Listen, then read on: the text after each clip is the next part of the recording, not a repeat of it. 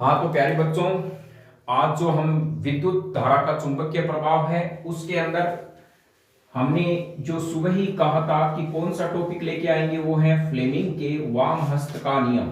Fleming का वाम हस्त नियम। ध्यान रखें, जो इंग्लिश मीडियम के बच्चे हैं उनको भी ज्यादा यहाँ पे न्यू कंसेप्ट क्लासेज यही उद्देश्य है कि प्रत्येक चीज का ट्रांसलेशन इंग्लिश के अंदर भी आपको आसान शब्दों में मिलेगा। अर्थात हम इसको जो फ्लेमिंग है, इस वाम हस्त का नियम का मतलब है लेफ्ट हैंड जो रूल है। फ्लेमिंग्स का जो लेफ्ट हैंड रूल है वो है क्या?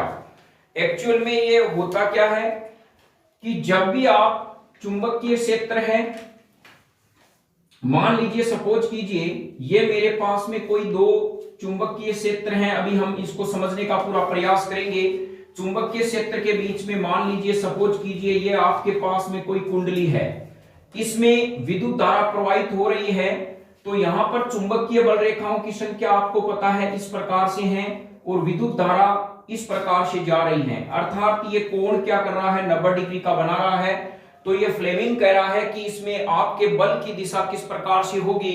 when the direction of electric current flows from moves down to upward, other upward to down, and the lines of the magnetic are perpendicular to each other, the direction of force on which side। तो यहां Fleming ने कहा था कि Fleming के हम शब्दों को बया इस प्रकार से कर सकते हैं प्यारे बच्चों। मान लीजिए आपका ये लेफ्ट हैंड साइड है, अपना ये बायां हाथ है, तो अपने बाएं हाथ को देखिए, सिर्फ इन तीन चीजों को आपको क्या करना है, काम में लेना है।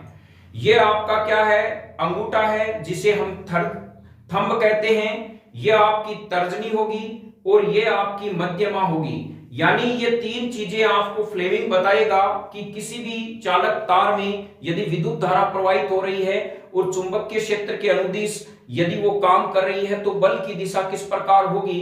तो ये तीन चीजें आपको याद रखनी है। ये आपका अंगूठा है, ये चुंबकीय क्षेत्र है की तीव्रता और यह है आई। तो अब आपको क्या करना है, अपने हाथ को इस प्रकार से फैलाना है कि F, B और I एक दूसरे के लंबवत रहे। अर्थात हम कह सकते हैं F, B and I are perpendicular to each other। अब हम अपनी भाषा में समझते हैं ये क्या है। हमें यदि कोई कहे पैसे देना है तो मान लीजिए हमारे पास है नहीं, हम उसे टिंगाते हैं। अर्थात फोगट साहब के पास पैसे होते नहीं है तो फोगट साहब कौन सा इस्तेमाल करता है, अंगूठा। अर्थात हम कह सकते हैं F का मतलब हम क्या लेंगे, अंगूठा किसको दर्शाएगा, F को दर्शाएगा। बताओ न्यू कंसेप्ट क्लासेस से जुड़े हुए बच्चों कि आप फ्लेमिंग के नियम में ये थंब किसको दर्शाएगा। तो हम कहते हैं इस प्रकार से हम किसी को चिढ़ाते हैं, अर्थात हम कहते हैं फोकट्या फोकट्या, तो ये F किसको दर्शाएगा, अंगूठा दर्शाएगा बल को। अब बारी आती है B और I की। तो यहां देखिए हम इधर से काउंट करते हैं, ये मान लीजिए A है, ये B है, ये C है। तो यहां पे ये बी पे आया तो हमारी ये तर्जनी किसको दर्शाएगी प्यारे बच्चों, बी को दर्शाएगी। अर्थात चुंबकीय क्षेत्र की दिशा को बचा क्या, आई। तो ये आई मध्यमा दर्शाती है। तो चलिए मान लीजिए सपोज कीजिए, बहुत ही महत्वपूर्ण प्रश्न है, फ्लेमिंग के वाम हस्त नियमानुसार अंगूठा किसको दर्शाता है, अंगूठा दर्शाता है बल को अर्थात फोर्स को। तर्जनी किसको दर्शाती है, तर्जनी चुंबकीय क्षेत्र की दिशा को। और ये हमारी मध्यमा किसको दर्शाती है, आई को। लेकिन शर्त यह है तीनों ही एक दूसरे के लंबवत होने चाहिए।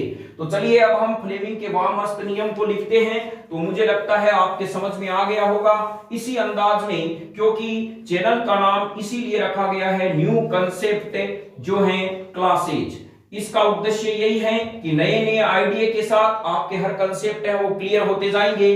तो अब आप अपना पेन उठाइए, नोट्स बनाइए, और यदि आपके पास सपोज कीजिए अभी आपके पास मान लीजिए पेन नहीं है तो इसके स्क्रीनशॉट के सहायता से भी आप पढ़ सकते हैं। तो यह फ्लेमिंग का वाम हस्त नियम क्या कहता है, फ्लेमिंग के अनुसार, फ्लेमिंग के अनुसार हमारे बाएं हाथ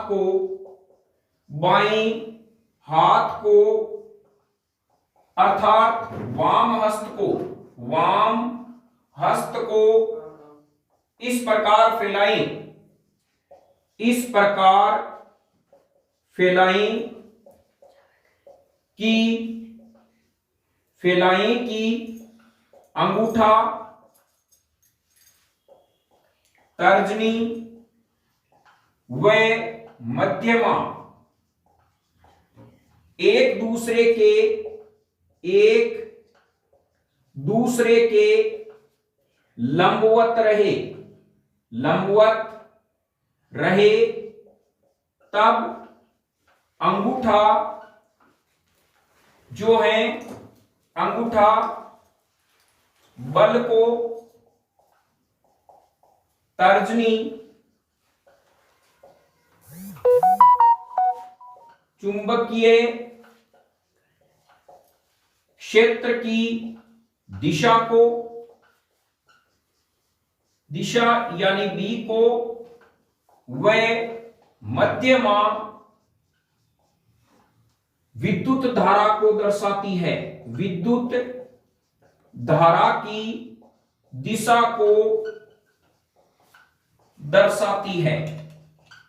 यही फ्लेमिंग ने कहा था, फ्लेमिंग के वाम हस्त का नियम है।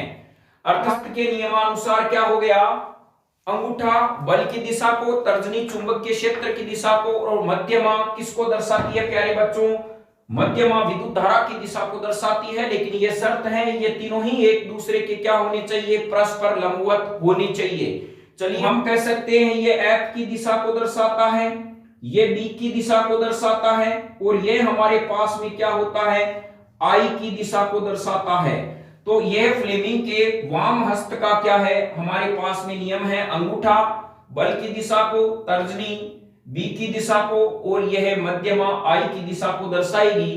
तो अब इसका उपयोग कहां होता है, वो हम करेंगे विद्युत मोटर के अंदर इसका उपयोग करेंगे।